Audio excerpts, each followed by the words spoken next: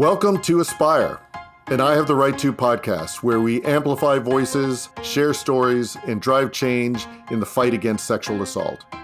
We explore the critical issues surrounding student safety, institutional accountability, and survivor empowerment.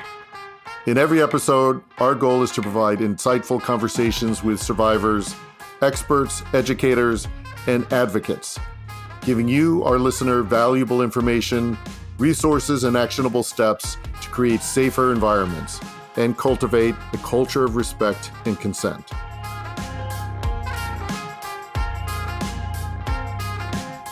Hi everyone, and welcome back to Aspire.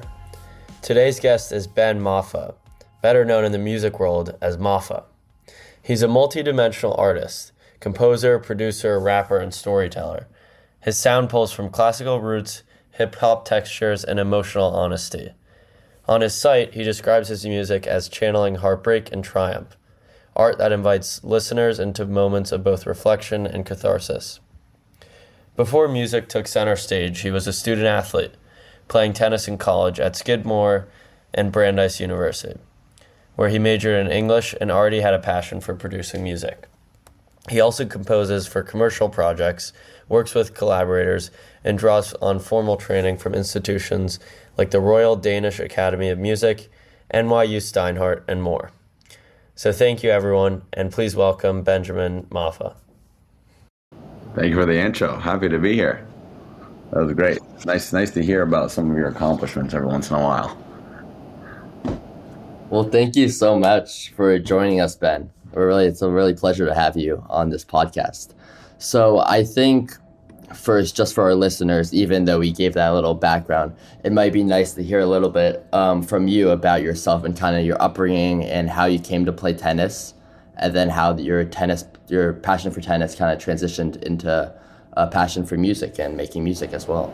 Yeah, I guess I can just start in the early days. Four-year-old Maffa was tennis obsessed, hitting volleys over the hedges with my dad, hitting against the garage until my mom was complaining she couldn't hear the TV, and just wanting to play one more rally on the court. So I was always ready to be on the tennis court. Had a very competitive mindset. I had a lot of confidence competing. Actually went 36-0 in my first several tournaments I played in USTA New England, and basically was like ready to go pro when I was 10 years old. And yeah, kept playing tennis, kept competing, and then as I was graduating middle school, 8th grade to 9th grade, my brother was going to college, and I wrote a rap about how I was going to miss him. And that was the very beginning of my music journey. It was like one of his friends was over, shout out to Shreya, and I performed it, and it was just like they were super hype, and I was super hype, and I was like, okay, I just need to write some more verses. Kept writing verses, recorded a mixtape on my dad's iPad to some Logic beats, like not Logic the software, which I use, but Logic the rapper. And then did another rap mixtape, just showed my brother and one other friend, and then decided that the production side of things was really cool. I was listening to a lot of like the Chronic 2001, Dr. Dre, and then got an MPK 49 like MIDI keyboard after just like hearing things in the middle of the night, and it was like a fantasy for me to go downstairs and just be able to like put it down on an actual software. Eventually got the software and was working it on GarageBand for like 2 years, making a couple beat tapes. I made like 2 beat tapes. And then eventually I asked this dude who was like the rapper, one of the 2 big rappers of the school, to have a verse on a song because my beats were very rap influenced. He just took way too long to get back. And I was like, I already know what it should sound like. So I just did it myself. I eventually kept doing it myself, and enough to put out my own EP that was called Nightlife. So that had some female artists on it, but it was mainly me. And I just kept running with it. Eventually put out my second project when I went to college, and here I am, like just still doing it. In a way, every album I'm like, this is gonna be my last project, because it's this vision of like doing music is so ethereal in a way, and kind of like hard to understand and think of it in like a career serious way. But I'm always back to the studio, using it as an outlet, expressing myself. Yeah. Got you, yeah. Shifting gears a little bit, but on the topic of music, I think we talked a lot about on this podcast how in like today's rap, and like we know you mentioned you do some like rap and kind of like mixed music pieces or mixed genre pieces, and you know today's rap is largely some would consider like misogynistic, at least like some of the lyrics that rappers are promoting and what people are internalizing in their songs. So what's your like general opinion on that, and you know how do you deal with that in your own music and balancing like this like aspirational masculinity, or like where is that an intersection when it comes to your music, just the idea of like masculinity, and how often does that come up? It's a complicated subject because hip hop is the rebellious genre that's like, I'm the best, I am in a confident mindset, like it's capturing that very specific emotion. I think music is always a matter of channeling a very specific emotion, and in rap it can be like the heartfelt, emotional, like Dear Mama, or it can be going out at night, drinking a lot. So, I mean, in my music, I am trying to naturally have positivity towards everybody and not have that misogynistic output at all, which is not necessary, but also sometimes capture that air of confidence. Thank you for that, Ben. And I think also maybe going back to your childhood, did you feel like there is any music that kind of embodied this positivity that you try to aim for in your music? Or was it all a lot of very misogynistic focused, or more explicit focused and not as much on like the confidence side? And then also if it was kind of geared towards that area for the music, did that have an influence or impact on how you viewed life when you were growing up? Yeah, that's a good question. I would say like Logic is who kind of first got me into rapping, and he was very positive. He was like peace, love, and positivity was his motto.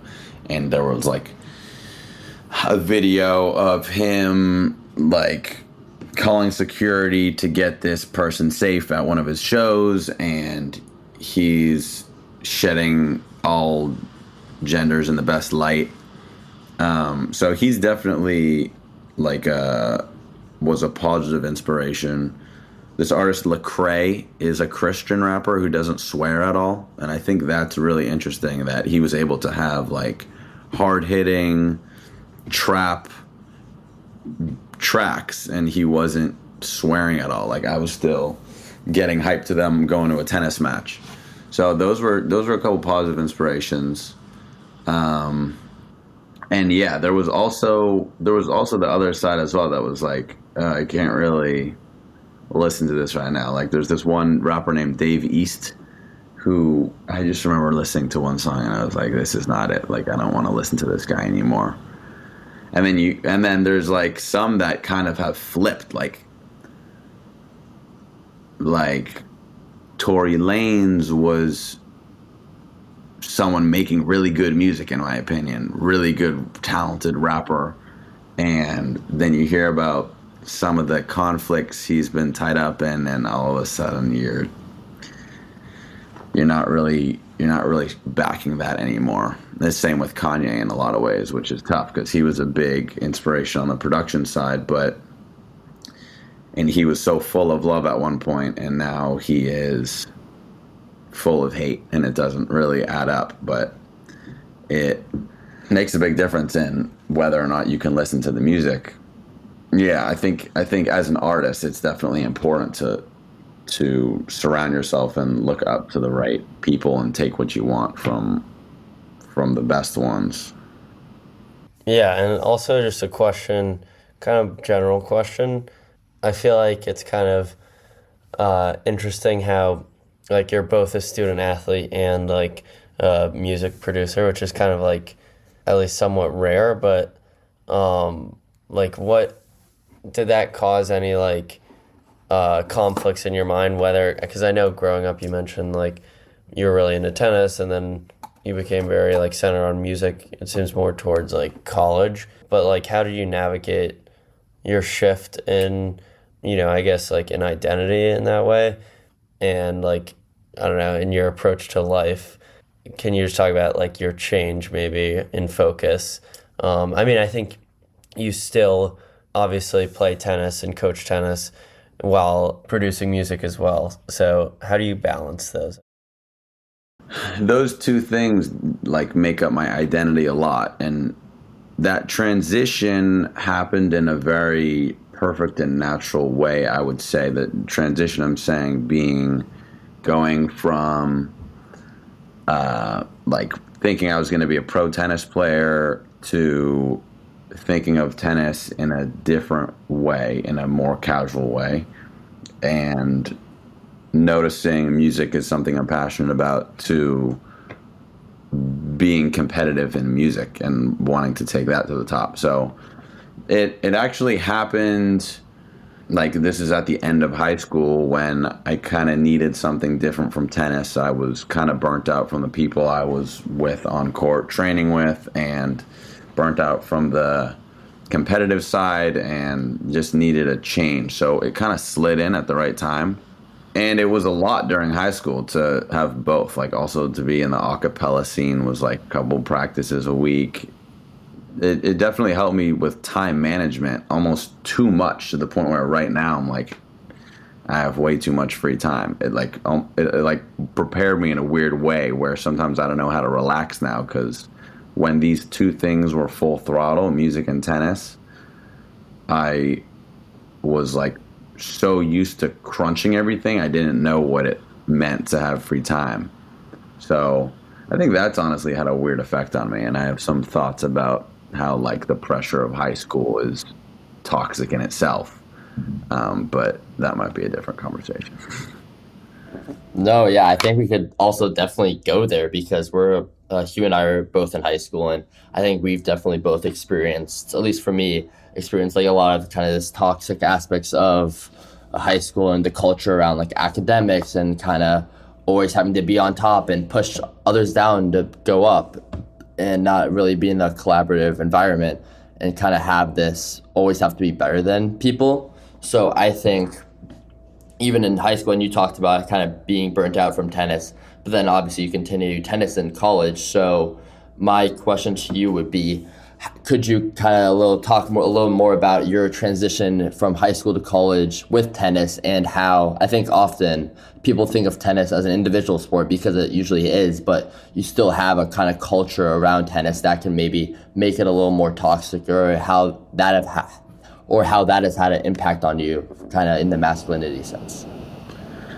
Yeah, all good questions. And I totally agree with what you said at first, with like the toxic environment of high school, just generally speaking, and the competitive nature instead of the collaborative nature, which I guess you could say, okay, like the world is competitive. You need to compete for jobs. You need to compete for blah, blah, blah, blah, blah, money.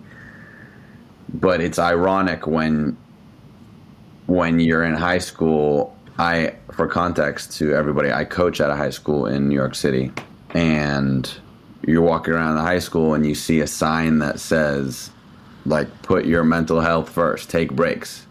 It's just not, it's like, it's the opposite of what high school is. Like, you have to compete against everyone. It's not easy to take breaks, because then more work will pile up on you. Every test you take is gonna be compared to other people. It's very much not a way of celebrating your individual, unique identity, but pinning yourself against other people in general ways. So That was just a way of agreeing with what you're saying originally. In terms of the transition from high school to college, academically, I didn't feel that same pressure at all. I thought college was a joke, honestly. After I graduated high school, it was just like way less everything. Less busy schedule, less classes, more free time. Didn't find it as difficult as my high school experience in Lexington, Massachusetts. On the sports side, it was different. It was a team culture that has a lot of influence on you as a student because it takes up so much of your time, and you're not really making your own team culture because you're just traveling around as a individual athlete when you're in high school. So the team culture is really important, and it can be it can shape a lot your identity as a collegiate in a positive or negative way. I had ups and downs. I ended up transferring colleges because I didn't feel my culture was what I wanted it to be. I thought there was a lot of toxic masculinity in that culture. The values of students on their team is not something I wanted to look up to, and the leadership wasn't as inclusive and open-minded as I would have liked it to be, as well as from the coach was not stepping in either. So all those factors made me want to be somewhere where the leadership was a little more up my alley and my values kind of aligned more. You mentioned how at Skidmore the team culture wasn't so good regarding masculinity and maybe had a form of toxic masculinity in a sense. Can you maybe speak to an anecdote of that time or a particular story where you felt, the environment wasn't productive or progressive in the sense of masculinity? And, how did that affect your decision to transfer as well? Yeah, I mean, it's like things I don't even want to say. Like things about recalling, let's say, events or encounters with relationships or one night stand situations that were just talked about in a way that was very materialistic and objectifying, not seeing people for being individuals, but seeing people for quick, short-term interactions, basically. Yeah, and I just being kind of grossed out about it on my end. Yeah, I think that can definitely happen, obviously in college with your experience, but I think also in high school. And I know you now coach high school tennis, and you also talked about how your coach at Skidmore wasn't really helpful in kind of disrupting that negative conversations. And so I would ask you, how was maybe your coach at Brandeis different in approaching those conversations? And now, how do you kind of take this approach as a leader, being a coach of a tennis team, to kind of stop those conversations from happening and kind of build a different culture that fosters positivity instead of more objectification? I'd say it started with the students. The students at Brandeis, I'd say overall are very well-rounded and grounded, and they seem open-minded. So when I was on the team, it was much more inclusive energy. Just the values were in different places. It wasn't on how much sex are you having with girls. It was just normal things, which I don't even know what they are. Just tennis and a little bit of academics, a little bit of, are we getting Chipotle or not? The coach was just a beacon of, I guess, positivity. He was all about growth mindset. He was all about improving, and I think that passed down to us as players. In terms of myself as a coach, I am very cognizant of inclusivity. That's really my top priority, is making sure everyone feels welcome on the team.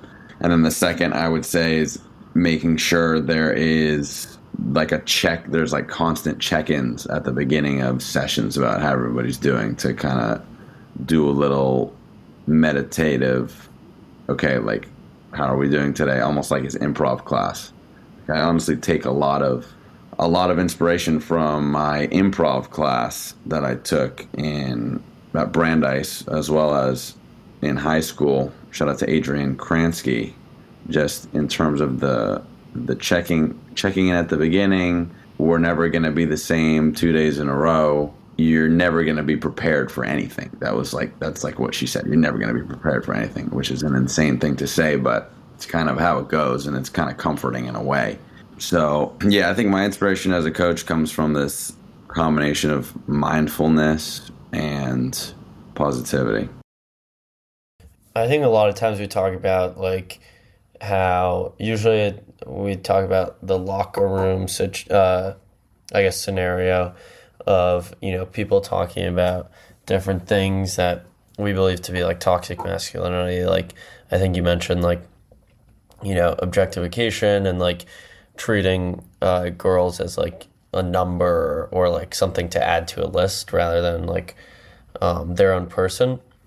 And I guess in your time at Skidmore, were there any moments, maybe in a locker room or on the tennis court itself, where you felt like you could have stepped in where you didn't? And what advice do you give to people who maybe are like thinking similar thoughts and they want to say something, but I guess a lot of times it's easier said than done, and it can be harder, especially when older kids are talking about, inappropriate topics and you want to say something. So what advice do you give to similarly like student athletes who are experiencing the same things?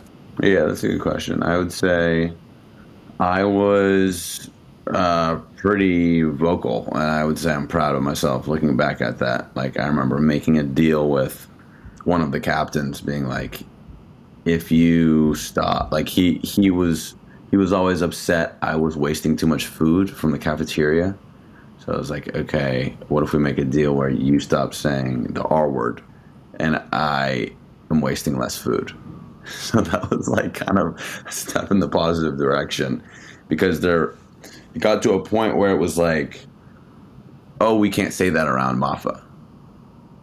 Instead of like, we can't say that, it was like, or we can say that, it was like, oh, we can't say that around Maffa. Like I was like a teacher in the classroom.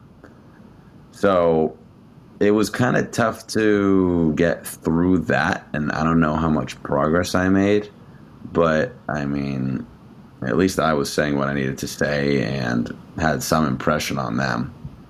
And then what advice would I have? I would say, like, stick to your gut, stick to what you know. Like, the smart people know what their values are, and they've learned to like value everybody as an individual person and not be fed into this toxic dialogue. So I would say to stick with your gut, and then if you're not feeling like this is your place, then you need to find a new place. I mean, there's a poster in my school that says, be where you are celebrated, not tolerated.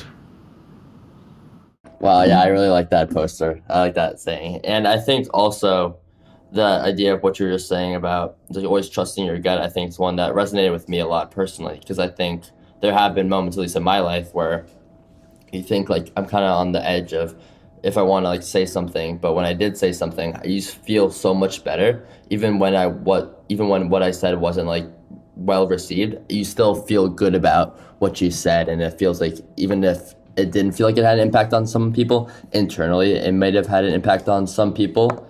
But I think also just switching gears a little bit back to your music and how you perform as well, because I know you mentioned earlier how you're performing at Spin. Yeah, Spin was the place soon. And I would ask you, how do you think when you're performing and being on that stage where everyone is seeing you, how does everyone kind of seeing you have an impact on how you try to portray yourself? And does that have an impact?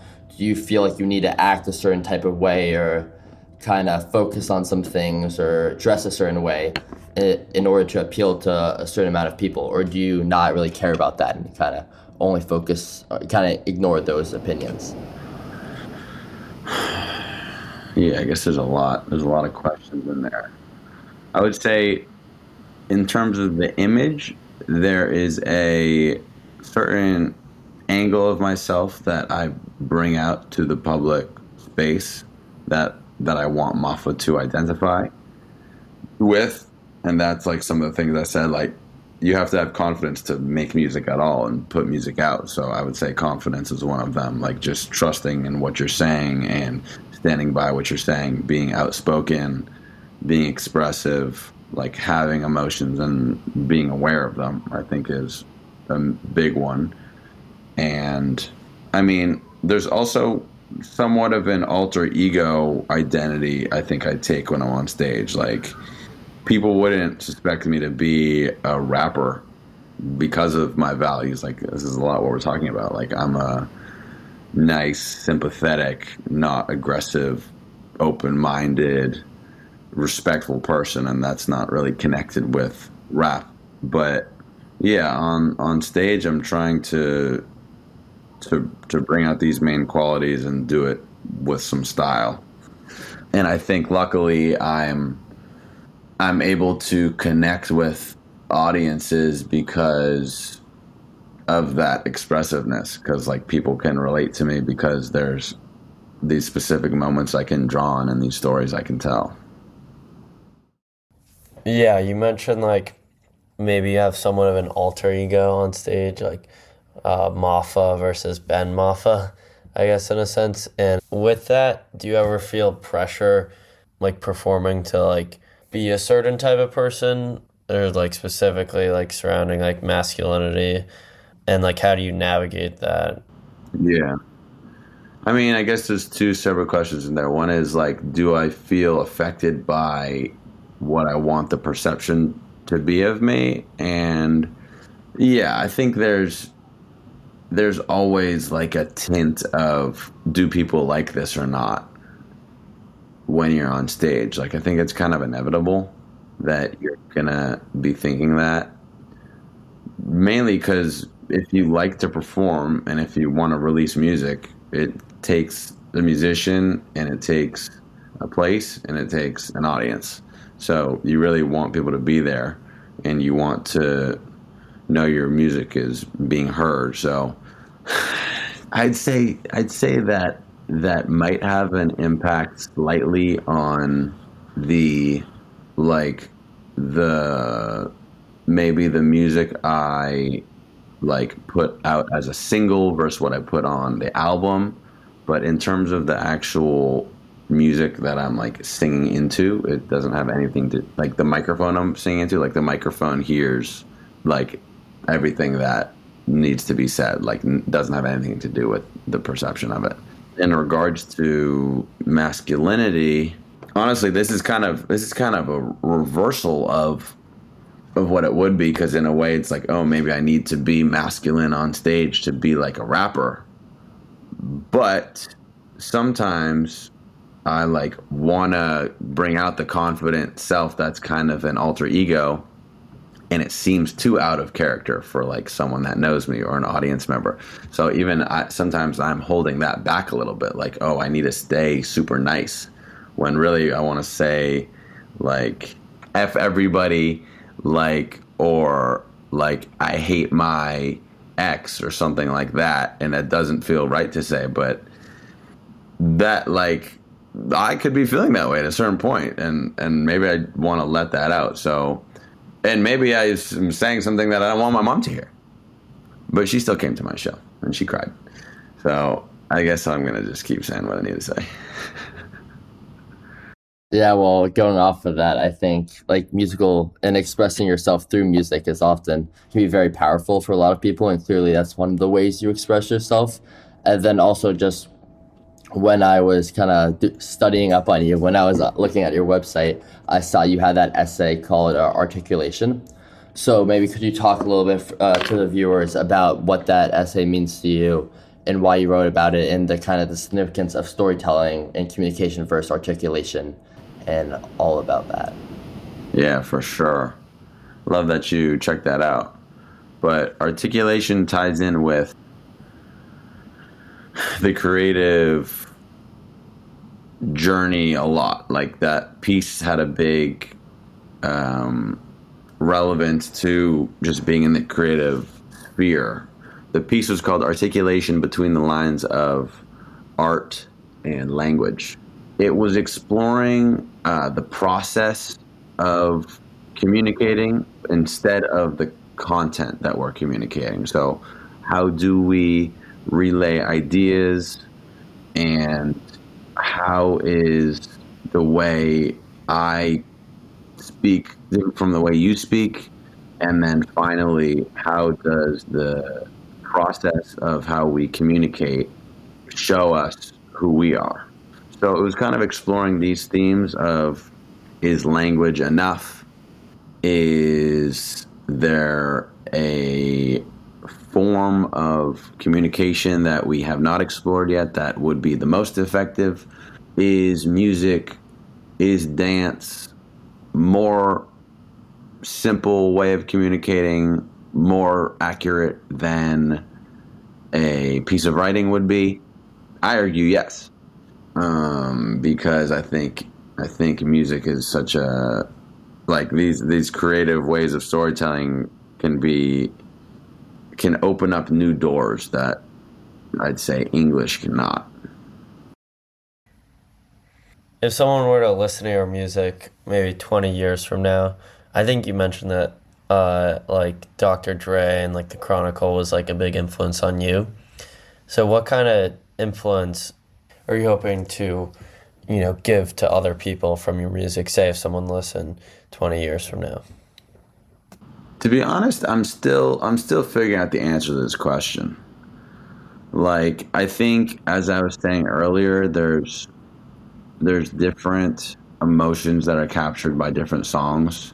But if I was going to say one overall message, it ties into my latest project, which is an EP called Lunatic, which is about being a lunatic, like thinking of yourself as a lunatic. Like, whatever is expected of you is pretty much irrelevant. And if it's not irrelevant, then it's whatever's expected of you is more the reason to not do that. I was composing for commercials and ads in an internship, and then I went to like the gala at the end, and it was all people that looked like me, like white males. And being at that, I was thinking, what am I contributing to this space? Like, we are all the same, and this is not right. So, I mean, that was one of the reasons I didn't kind of stick with that more. And that's also one of the reasons I am more driven to be in the hip hop space, because I am bringing a different background to the hip hop space, and that's in terms of for the audiences of the hip hop space, but also personally for myself, like being in a sphere with a different culture or multiple different cultures is a great way to learn and build community, and a great way to keep broadening perspective. I think life is all about broadening the perspective. And finally, Ben, our organization is called I Have the Right To. So if you had one phrase to fill that in, I have the right to, what would that be for you? I have the right to be loudly myself. I like that. That's great. Thank you so much, Ben. It has been a pleasure to have you on this podcast. And make sure to check out Ben's music at Maffa. Thank you guys so much. Thank you, Hugh. Thank you, Gabriel. Shout out to Ben Hudak in Portugal. And hope to see you guys soon. Thank you, Ben. Thank you so much for listening. Like and subscribe to the podcast on all platforms. And if you enjoyed today's episode, please give us a 5-star rating and tell your friends about Aspire. Follow us on social media at I Have the Right To. Learn more about our student and executive programming at our website at ihavetherightto.org.